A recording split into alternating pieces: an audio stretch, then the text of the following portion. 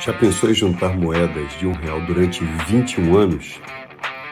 Quanta grana, um sonho a ser realizado depois de 21 anos juntando moedas de R$ 1.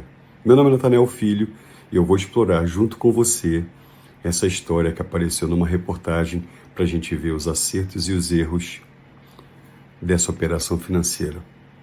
Fica comigo até o final do vídeo.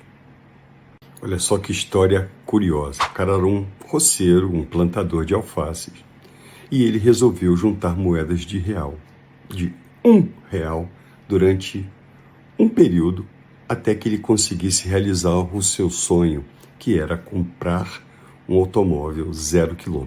Não sei a marca, não sei o modelo, não é o fator relevante. A relevância aqui ele foi juntando moedas de R$ 1 durante 21 anos e a gente vai entender aí no detalhe tudo sobre essa operação financeira.